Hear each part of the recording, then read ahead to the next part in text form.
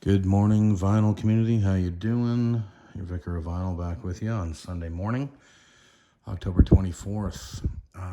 Another beautiful day, chilly day in Toronto. And I wanted to do another Five Fresh Finds, Vinyl Finds update because I do have a ton of records I have been purchasing and I haven't been doing videos lately, or at least in the last 3 weeks. I did one yesterday. And, as an update to yesterday, well, I'll get into that after when I show you one of the finds. So, yeah, here's another Five Fresh Finds, and not wasting any time whatsoever. This was a great find. Leon Russell and the Shelter People, 1971 release. It's his second release. And I like this record quite a bit. I know it's when you do a little history on Leon Russell, you realize there's so many people that were, fans of his, and even like the likes of Elton John being, having Leon as a mentor or like an influence, and powerful talent, outstanding talent. And yeah, this is a good record. I like this quite a bit. It does come with the original insert. It's a little it's snug in there. This is the original insert. I guess it's just a photography of rivets or metal rivets. I'm not sure exactly what that is. It's on Shelter Records, and this is a Canadian pressing. That's upside down, of course. It's a really nice clean copy, but the inner sleeve is a little beaten up, so I've got to be careful with this thing here. You can see the bottom of it there. The hairline fractures, as I call them. Anyway, Leon Russell and the Shelter People, his second release.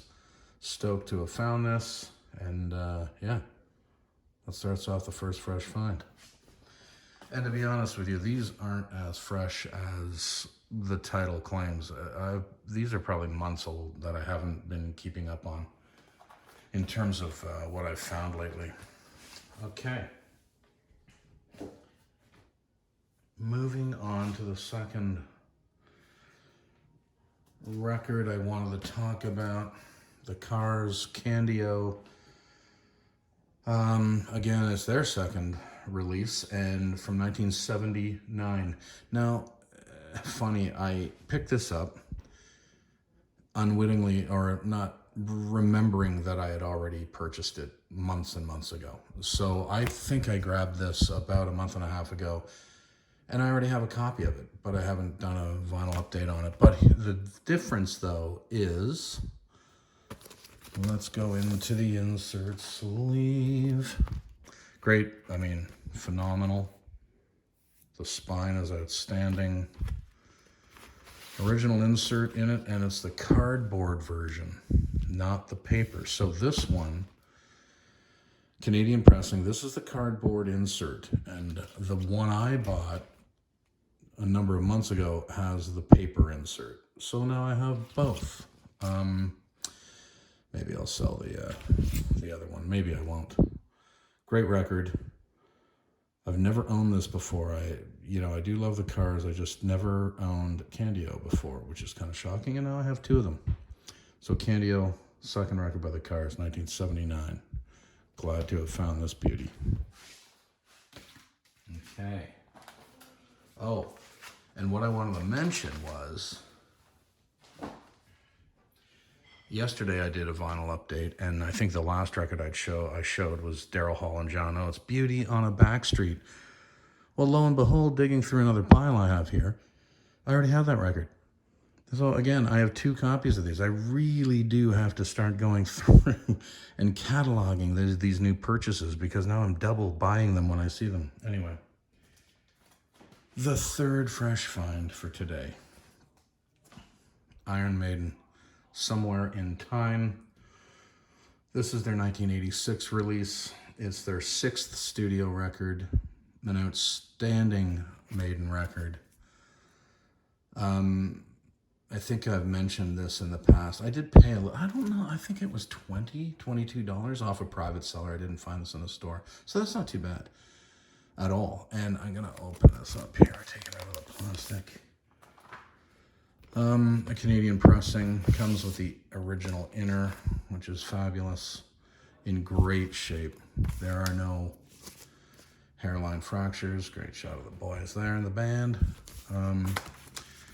You know, I think I've mentioned this before about there's the custom label, Iron Maiden, Somewhere in Time. I believe I've mentioned this before, in that I am not like an enormous, it's not that I have a ton of metal in my collection, and there's only certain metal that I do love.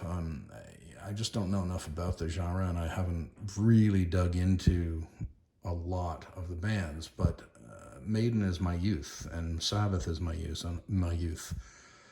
Ozzy Osbourne is my youth. Motorhead is my youth. So when I go back, and this is the reason why, part of the reason why I love Maiden, and I always have.